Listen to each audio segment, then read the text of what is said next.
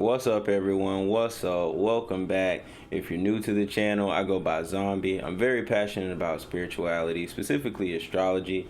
And my main goal with this channel is just to be able to show everyone how self-improvement and spirituality really do go hand in hand. And so if you're interested in any of that, go ahead and hit that subscribe button for me. And without further ado, let's hop right in. So I'm going to be leaving a link down below in the description somewhere down there, and if you click on that, it'll take you, or just paste it into your browser, it'll take you to a website, and there you can enter in your personal information. It will create a birth chart for you, and from that point you can start your own little journey of self-discovery. But so far as this little video series goes, I've just been going over the houses in astrology and essentially what that means. And so in this video, we are going to be running through the 12th house, okay?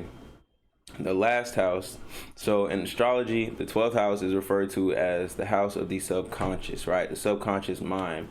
If you are aware that there is, of course, a left side and a right side of your brain, then you know that the left side of your brain is in charge of more so like the conscious matters, right? And straightforward logical thinking, processing, that type of thing. And the right side of your brain is more so catered to the subconscious, right? Memories and processing emotions, that type of thing. So this area rules the ways many people run from psychological pain such as addiction, dissociation, fantasy, and isolation. Yet it also governs avenues of transcendence, spiritual transcendence, like meditation or just contemplation or introspection, right? And spirituality. So the 12th house is ruled by Pisces, right, and Neptune, and the planet Neptune, and the natural, or the traditional, ruling planet would be Jupiter. So I guess you could say Jupiter and Neptune, but most modern astrologers or whatever usually just use Neptune when referring to the 12th house. But regardless, it's ruled by Jupiter and Neptune and the sign Pisces. So again, if you think about Pisces people, a lot of times they can be kind of daydreamy, kind of unfocused at times, right? And that has a lot to do with the role that the subconscious mind plays in a Pisces individual, because they're definitely, as a water sign, anyway, they're definitely going to be more imaginative, more intuitive people, right? But that subconscious mind thing has a lot to do with the way they see themselves and work through past pains and traumas and things of that nature. And so because of all this, again, like I said, all water signs, but especially like Cancer and Pisces, they definitely need their space and their alone time so they can sort through these psychological things that can become barriers, right? Or they can, because I almost said barriers, but they can become barriers and obstacles. But they could also promote growth on a spiritual side and a self-improvement side. But yeah, so any planets you have here will tell you about parts of your personality that are like highlighted or focused into the 12th house.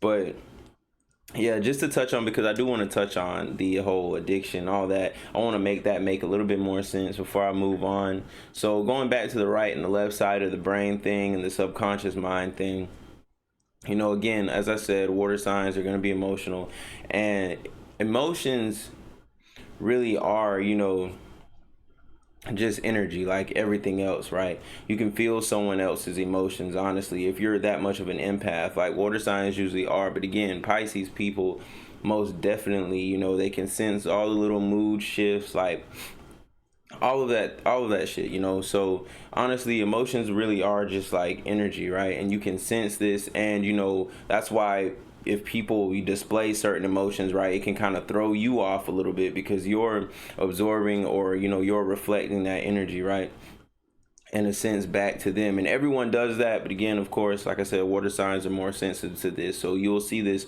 more frequent within water signs. But everyone is subject to emotions, of course. But yeah, it does have a lot to do with isolation, right? When you're alone, that's usually when any signs or planets you'd have in your 12th house are more stimulated, right? When you're by yourself in isolation, So if you have like Mercury in the 12th house, right? Mercury has a lot to do with learning and things of that nature. So because it's in the 12th house, it's similar to it being in Pisces. Like if you had it in Pisces or the 12th house or both, right? It could be harder for you to learn in like a more traditional setting, like in a classroom and things like that of that nature, or you might be just a more visual learner, right? And that has a lot to do with, you know, your mind operating more out of that subconscious space, right? But that's not always a bad thing. You know, it can be seen as like a learning disability or deficiency or whatever the fuck, you know, a doctor would call it. But it's also a good thing, right? Because there's positive and negatives to everything with, you know, this duality, right? Like life is, you know, duality and finding balance within that shit. So, you know, with that being said, on the positive side, you know, you can seem a little scatterbrained with, you know, having a lot of 12th house placements, especially if you have Mercury in the 12th house.